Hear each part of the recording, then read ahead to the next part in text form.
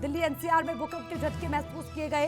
उसी के साथ अफगानिस्तान के कुंदूर में भी भूकंप के झटके महसूस किए गए हैं। पाकिस्तान में भी भूकंप के झटके महसूस किए गए, जिसमें खासतौर पर अगर अफगानिस्तान की बात करें, वह अफगानिस्तान का कुंदूर केंद्र रहा है भूकंप के झटके का। 5.8 तीव्रता भूकंप की मापी गई।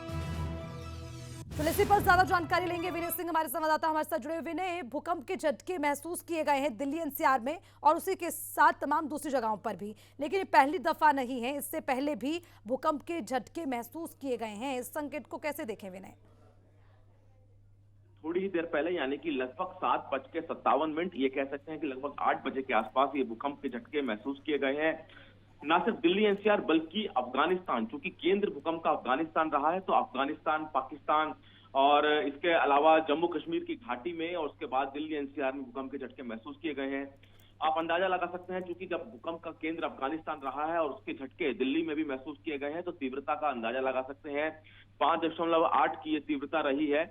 और जिस तरह से अभी पिछले कुछ महीनों से बात करें, पिछले साल भी हमने देखा कि भूकंप के झटके लगातार दिल्ली एनसीआर में देखने को मिले।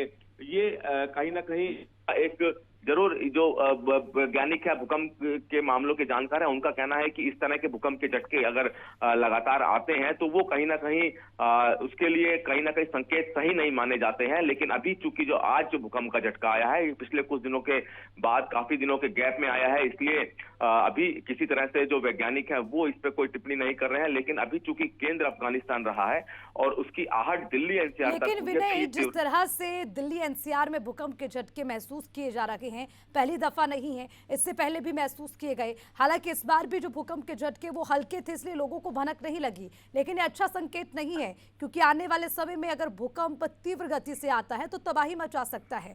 तो अच्छे संकेत के रूप में से नहीं देखा जा सकता विनय। दिल्ली और जो इसके आसपास का इलाका है, भूकंप के लिहाज से माने तो ये पहले से ही जोन 4 में है। और जोन 4 वो उन इलाकों में आता है जहां पे भूकंप के झटके आने की संभावनाएं ज्यादा रहती हैं। हालांकि गनीमत ये रहती है, अभी तक जितने भी भूकंप के झटके दिल्ली एनसीआर के इलाकों में आए हैं, उनमें गनीमत ये रही कि तीव्रता ज्यादा नहीं हुई है, जिसलिए नुकसान भी नहीं हुआ है। कई बार तो ऐसा भी हुआ है कि भूकंप के झटके आके चले जाते हैं और लोगों को महसूस नहीं होता। लेकिन कई बार ऐसा होता है कि झटके तेज होते हैं तो लोगों को आभास होता है और लोग फिर अपने घरों के बाहर निकल के आते हैं। अभी जो भूकंप का झटके आए हैं उसमें भी दिल्ली एनसीआर में बहुत सी जगह ऐसी हैं जहां पे लोगों को इस बात का आभास नहीं हुआ। अब चूंकि केंद्र अफगानिस्तान था, तो अफगानिस्तान के आसपास के इलाकों में झटके वहां महसूस किए गए हैं। जम्मू कश्मीर की घाटी में, पाकिस्तान में झटके महसूस किए गए हैं। लेकिन अभी दिल्ली एनसीआर में इस तरह की झटके कई लोगों को मालूम नहीं हुए हैं। लेकिन अमूमन जब देखा जाता है कि इस तरह के झटके आते हैं तो हिदायत दी जाती है सावधानी बरतने की, और सावधानी बरतनी भी चाहिए। जोन 4 में आने के लिहाज से दिल्ली और इसके आसपास के इलाकों को कई बार ये कहा गया है कि सुरक्षित रहने की कई बार हिदायत दी जाती है। भूकंप के झटके इसलिए भी यहाँ पे आते हैं क्योंकि यहाँ पे जोन 4 में रखा गया है। अलग अलग देश के अलग अलग राज्यों को अलग अलग जोन के हिसाब से बांटा गया है, ताकि जहाँ पे भूकंप के झटके आए और वहाँ पे जो इमारतें हैं उनका निर्माण उस हिसाब से हो सके। जी ठीक है विनय, शुक्रिया आपका तमाम जानकारी के लिए।